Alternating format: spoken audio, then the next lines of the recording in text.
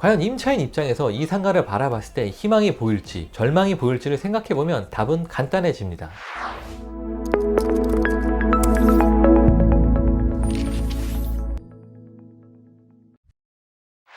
안녕하세요, 꿀삼촌입니다. 잘 들인 상가 하나는 자식보다 예쁘다는 말이 있을 정도로 안정적인 임대 수익이 주는 힘이 크다는 걸 알 수 있는데요. 그래서 이번 영상에는 이렇게 안정적인 임대 수익을 가져다 줄 수 있는 그런 좋은 상가를 고르는 법에 대한 꿀팁을 여러분들에게 설명드릴 겁니다. 임대 수익률이 좋아야 된다, 그런 뻔한 내용이 아니라 실질적으로 상가를 매입할 때 도움이 될 만한 내용들을 여러분들에게 설명드릴 겁니다. 영상을 시작하기에 앞서 구독과 좋아요는 저 꿀삼촌이 영상을 제작하는데 아주 큰 힘이 됩니다. 지금 바로 구독, 좋아요를 눌러주세요. 상가는 안정적인 임대 수익을 줄 수 있다는 좋은 점도 있지만 그에 못지않은 리스크도 존재하고 있습니다. 상가가 가지고 있는 고질적인 리스크는 바로 공실인데요. 금리 상승 시기에 경기까지 좋지 않는데 공실을 맞이하게 된다면 그건 정말 답이 없는 상황이 되게 됩니다. 그래서 상가를 투자할 때 좋은 상가를 사셔야 되는데요. 좋은 상가는 과연 무엇일까요? 상가는 바로 수익형 상품입니다. 그래서 저 꿀삼촌이 공실이 잘 나지 않는 좋은 상가를 고르는 방법에 대해서 지금부터 설명드리겠습니다. 공실이 잘 안 나는 좋은 상가를 찾는 법, 제 첫 번째, 내가 잘 아는 지역에 오래된 간판이 많은 곳을 주목하라. 오래된 간판이 많다는 것은 한자리에서 오래 장사한 사람들이 많다는 것을 뜻합니다. 오래됐다는 것은 큰 호재도 없었지만 눈에 띄는 상권의 변화도 없었다는 것을 뜻합니다. 오래됐지만 안정적인 임대 수익을 본다는 걸 반증합니다. 상가의 경우 내가 잘 모르는 지역에 투자는 절대 추천드리지 않습니다. 상가는 내가 살고 있거나 살아봤거나 그쪽에 직장을 다녀봤거나 내가 무언가 그 지역에 대해서 어느 정도 아는 곳에 대해서만 관심을 두셔야 됩니다. 이런 상권을 대표적인 예로 설명드리면 오래된 아파트 500세대 내외의 중소단지를 설명드릴 수 있습니다. 특히 지하주차장이 없거나 지하주차장이 있어도 엘리베이터 연결이 안 돼 있는 곳들이 좋은데요. 이런 아파트 단지의 상가들을 살펴보면 대부분 필수 업종들만 들어와 있고 임차인의 변동이 없이 5년, 10년 꾸준하게 영업된 곳들이 많습니다. 오래된 아파트 500세대 정도의 이 중소단지 앞 상가 같은 경우 오히려 큰 변동 없이 안정적으로 월세를 잘 내는 임차인들이 영업을 하는 것을 잘 발견할 수 있습니다. 공실이 잘 나지 않는 좋은 상가를 찾는 법, 제 두 번째, 권리금을 주목하라.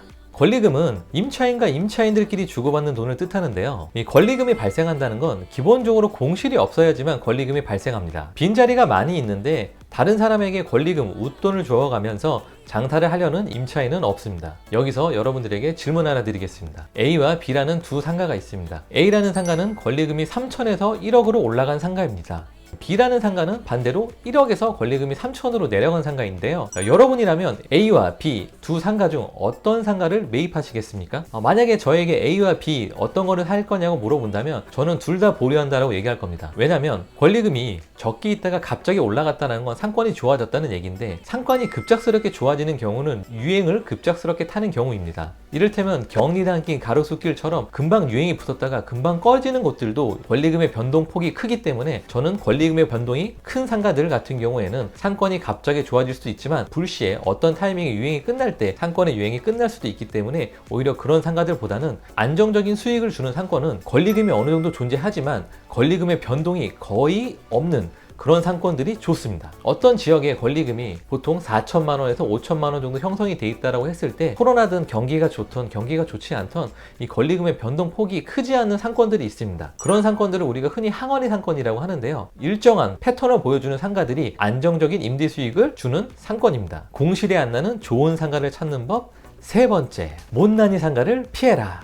이 3번 내용은 굉장히 중요한 내용입니다. 이 못난이 상가란 중간에 기둥이 많이 박혀 있거나 구조가 애매한 곳, 다른 구조물에 가려서 상가가 잘 안 보이는 곳이거나 출입이 어려운 그런 상가들을 뜻합니다. 이런 것들과 더불어서 가장 중요한 기본 사이즈가 나와야 되는데요. 1층 상가의 경우 가로 전면폭이 3.5m 이상은 되어야 합니다. 3.5m는 간판 사이즈 때문에도 필요하지만 기본적으로 영업을 할 때 가로가 이 전면폭이 좁고 폭이 깊은 상가보다는 가로폭이 넓은 이 전면 노출이 좋은 상가들이 활용도가 훨씬 더 높습니다. 특히 유명 프랜차이즈의 경우 이 가로폭이 3.5m 이하의 매장은 가맹 허락을 내주지 않는 경우가 많기 때문에 기본적으로 가로폭이 3.5m 이상은 나와줘야 되고 실제 사용하는 면적이 13평 이상은 나와줘야지만 어떤 업종이 들어와도 기본적인 영업을 할 수가 있게 됩니다. 그리고 층고 높이의 경우는 2.7m 이상은 돼야 됩니다. 적어도 최소 2.7m 이상은 돼야지만 인테리어를 하고 났을 때도 그 느낌들이 잘 살 수 있습니다.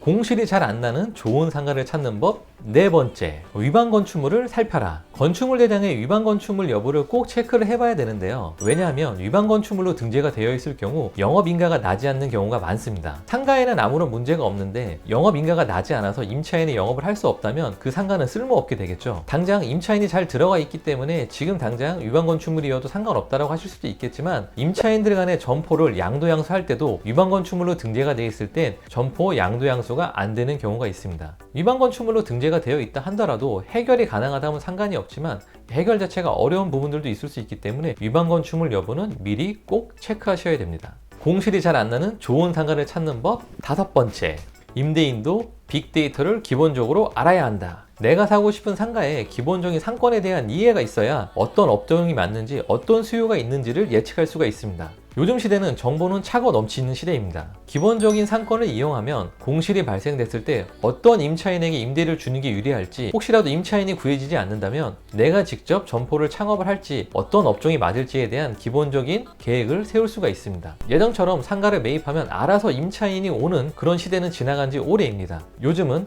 어느 정도 임대인들도 내 상가가 어떤 업종에 잘 맞을지, 어떤 임차인들이 더 좋아할지에 대한 파악할 수 있어야 하고, 내가 보는 상가의 기본적인 상권 정도는 이해를 하고 있어야 합니다. 공실이 잘 안 나는 좋은 상가를 찾는 법. 여섯 번째, 임차인의 입장에서 생각해보라. 내가 만약 임차인일 때 내가 이 상가에서 영업을 하고 싶을지에 대해서 한번 생각을 해보는 건데요. 과연 임차인 입장에서 이 상가를 바라봤을 때 희망이 보일지 절망이 보일지를 생각해보면 답은 간단해집니다. 어디를 가도 죽은 상가를 살리는 화타 같은 임차인을 생각하지 말고 보통 임차인의 입장에서 생각을 해보시면 답이 간단해집니다. 공실이 잘 나지 않는 좋은 상가를 찾는 법. 일곱 번째, 나와 있는 매물을 찾지 말고 사고 싶은 매물을 점 찍어라. 좋은 상가는 매물로 잘 나오지 않습니다. 사실 안정적인 임대 수익을 받는 상가라면 굳이 매물로 나올 이유가 없겠죠. 그렇기 때문에 시장에 나와 있는 상가 매물이 아닌 내가 봤을 때 안정적인 임대 수익을 보는 좋은 상가를 찾아서 여러 개 점 찍어두는 게 좋습니다. 이렇게 안정적인 임대 수익을 주는 상가는 잘 나오지 않는다고 했는데 왜 점 찍어두라고 그런 거죠? 이렇게 안정적인 임대 수익을 주는 그런 좋은 물건들도 가끔 매물이 나오게 되는 경우가 있습니다. 상속이나 사업 실패, 이혼이나 재산 분할 같은 그런 특수한 상황에서 나오는 경우가 종종 있습니다. 그래서 내가 찍어놓은 상가의 인근 중개사와 친해지는 것도 중요한데요. 아무래도 그런 정보를 재빠르게 얻는 사람은 중개인일 확률이 높습니다. 그래서 내가 마음에 드는 안정적인 임대 수익을 주는 그런 상가를 찍어놓고 역으로 매도 제한을 하는 것도 좋은 상가를 얻을 수 있는 꿀팁입니다. 지금까지 공실이 잘 나지 않는 좋은 상가를 고르는 법에 대해서 설명을 드렸습니다. 끝으로 상가를 매입할 때 도움될 만한 체크리스트를 잠깐 띄워드리겠습니다. 필요하신 분들은 캡처해서 보시길 바랍니다. 오늘 영상이 도움이 되셨다면 구독과 좋아요 잊지 말고 꼭 눌러주세요. 그럼 저 꿀삼촌은 다른 유익한 영상으로 다시 찾아뵙도록 하겠습니다. 지금까지 시청해주셔서 감사합니다.